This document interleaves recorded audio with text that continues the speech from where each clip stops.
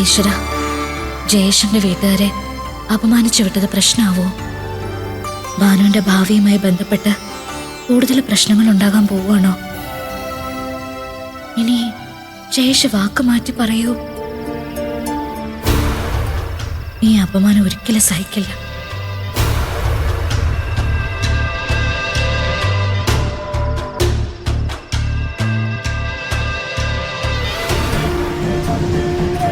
എന്തുപറ്റി? എല്ലാരും ഉണ്ടല്ലോ. ഞങ്ങള് ഭാനുവിന്റെ കാര്യത്തില് എന്തെങ്കിലും ചെയ്യാൻ പറ്റുമെന്നുള്ള ചർച്ചയിലായിരുന്നു ഭാവന. അതെ ഭാവനജി, ഭാനുവിന്റെ കല്യാണം നടത്താൻ നമ്മൾ തീരുമാനിച്ചു. അപ്പോ പിന്നെ വെച്ച് താമസിപ്പിക്കുന്ന എന്തിനാ?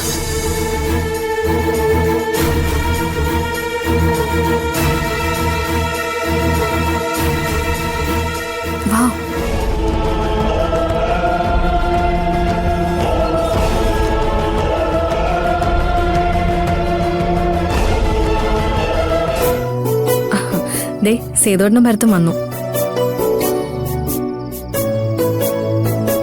അപ്പോ സൂര്യ വേണ്ടേ മായച്ചി? നമ്മളെടുക്കുന്ന എന്ത് തീരുമാനത്തിനും സൂര്യ ഓക്കെ ആണെന്ന് അഭിയോട് പറഞ്ഞിട്ടാ പോയെ. അതെ ചേച്ചി, നിങ്ങൾ ഇത്ര പെട്ടെന്നൊരു തീരുമാനമായിട്ട് വരുന്നു ഞാൻ വിചാരിച്ചില്ല.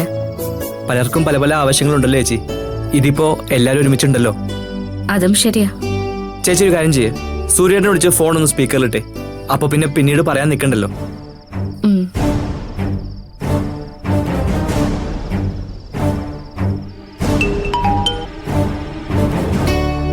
ഹലോ സൂര്യ.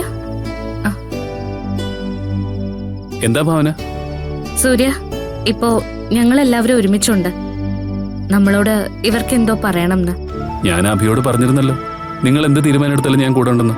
അല്ലേട്ടാ, എന്നാലും ശബ്ദം കൊണ്ടെങ്കിലും ഏട്ടൻ കൂടെ ഉണ്ടെങ്കിലല്ലേ ഞങ്ങളുടെയൊക്കെ ധൈര്യം. എന്നാ പിന്നെ അങ്ങനെ ആയിക്കോട്ടെ.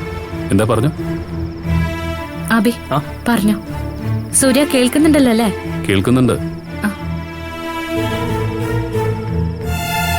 എടാ, ഞങ്ങൾ ഈ പറയുന്ന രീതി ഓക്കെ ആണെങ്കിൽ നിങ്ങൾ ഏട്ടനും ഭാവനേച്ചും കൂടെ പോയി ആ ജയേഷിനോടൊന്ന് സംസാരിക്കണം.